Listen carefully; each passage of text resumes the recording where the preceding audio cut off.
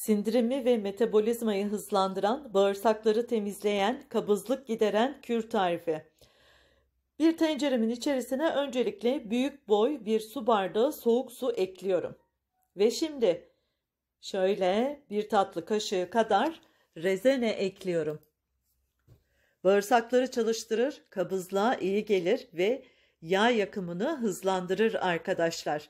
Bu şekilde zayıflamaya da yardımcı oluyor. Ve şimdi bir tatlı kaşığı kişniş tohumları.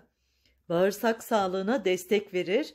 Aynı zamanda şişkinlik ve kabızlık sorunlarıyla başa çıkmanıza yardımcı olur.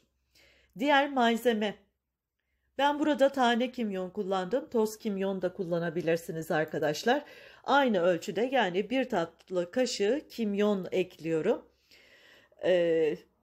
Çok fazla yemek yiyorsanız iştahınızı da kesiyor ve aynı zamanda vücut yağlarını da eritiyor.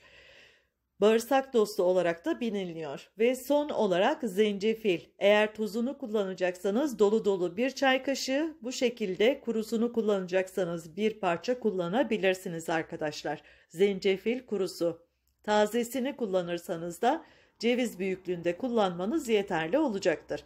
Ve şimdi bunu da ekliyorum. Ocağıma götürüyorum.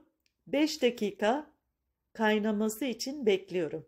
Yani kaynadıktan sonra 5 dakika daha bunu bu şekilde kaynatmaya devam ediyoruz. Her gün taze olarak hazırlanıyor bu kür. Yani bugün hazırlayayım, yarın içeyim, 1-2 gün bekleteyim gibi değil. Bu şekilde hazırlayın. Sabah kalktığınız zaman da bunu kahvaltıdan 1 saat kadar önce boş mideye için arkadaşlar. Ve kahvaltıya kadar olan o sürede başka hiçbir şey yiyip içmeyin. Bu şekilde ilk sıcağı çıktıktan sonra bunu süzüyorum. Sadece bu kadar. Evet arkadaşlar, bu kürle birlikte inanılmaz kilolar vereceksiniz. Bölgesel yağlanmalar konusunda oldukça etkili ve aynı zamanda stres durumunu da önleyici etkileri bulunuyor. Ben burada limon ya da bal kullanmadım. Bu haliyle de oldukça etkili ama dilerseniz içerisine şöyle biraz limon suyu ve bal ekleyip bunu bu şekilde daha da zenginleştirebilirsiniz. Gün içerisinde bu kürü uygularken bol miktarda su içmeye gayret gösterin. Örneğin 2-3 litre kadar su içmeniz çok daha iyi olacaktır. Vücudunuzdaki yağları idrarla birlikte dışarıya atıyor ve kabızlığı da gideriyor. Evet, benim tarifim bugünlük bu kadar.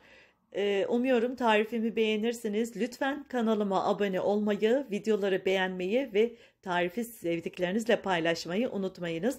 Kendinize iyi bakın. Hoşça kalın. Kanala abone olmayı unutmayın. Bay bay.